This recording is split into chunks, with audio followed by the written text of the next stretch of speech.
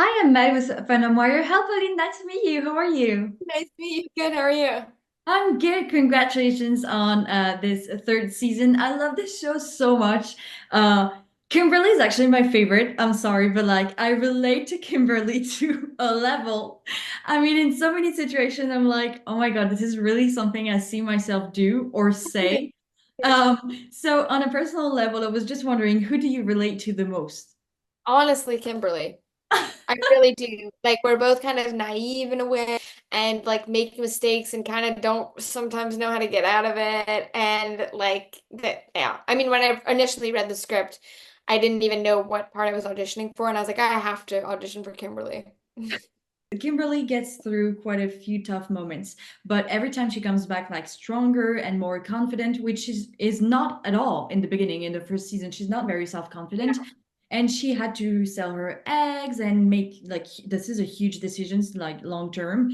She got into a fight with Whitney, and then she went through hookups and breakups. And this season, she's learning to even more be self-confident, and she starts seeing a new guy. And I was wondering, what would you say was the most defining and self-empowering event in the three seasons for Kimberly? Oh, that's an interesting question. I mean, in the three seasons, I don't know. I think there are a few different moments, like, when she has to fess up at the end of season one about having cheated on the exam. That's a big moment. And I think like really um apologizing to Whitney at the beginning of season three. I think that's a big moment, because it can be hard to apologize, but I feel like she took the time to think about how valuable her friendship was. Like she made a big mistake, and she took the time to think about how she could fix it. And I think that takes growth and maturity to do that.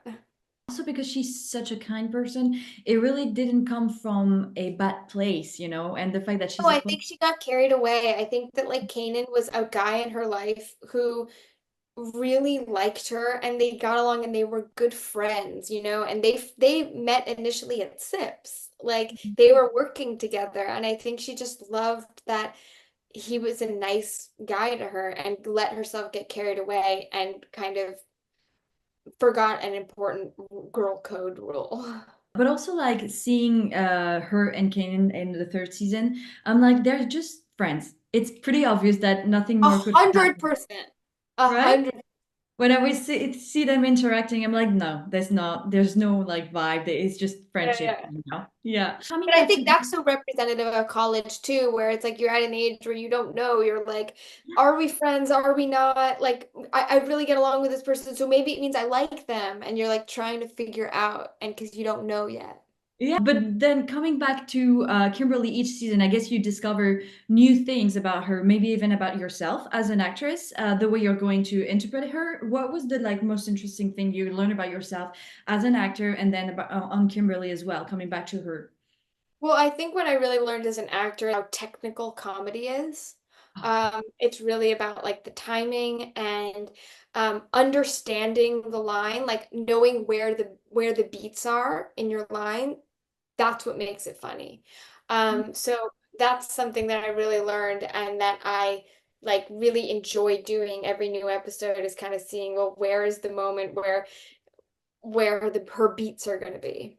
Yeah, I read that you weren't like comedy isn't something that you saw yourself start doing Oh, when I you thought you had to be funny to do comedy. I didn't realize that like you could act it. Like you could learn the technical side of it. And I find great joy in doing that. yeah. So right now, do you see yourself doing even more comedy in the future?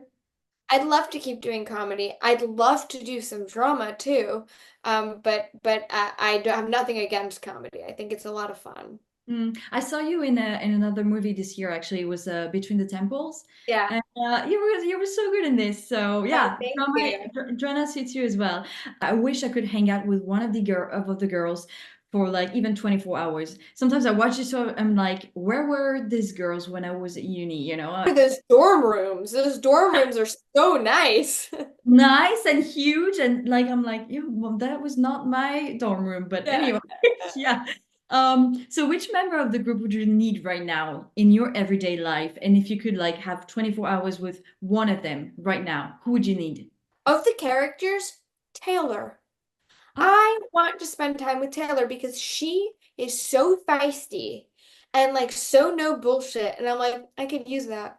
I could yeah. use that. I just want someone 24 hours to be like calling the shots and be like, this is good, this is bad. Yeah, I agree. She's great. She's great. She's so funny as So well. Yeah. But the last day on set with Renee when she had to leave and transfer, this was such a touching moment. Everybody was crying. What was the atmosphere like on set on that day? Well, it was very bittersweet, Mhm. but her departure was done in such a great way, and it also carved the way for these new characters to join the show and for old characters like Leela to kind of take up more room.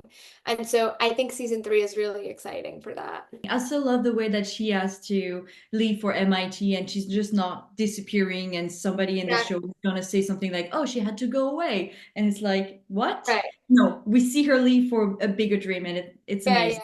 yeah, Yeah, exactly. absolutely. They're giving me the rap pulling, but thank you Okay, so much for joining me thank today. you. Uh, Thank you, Maya. congra- yeah, congratulations on this season. See you Thank soon. you. Bye.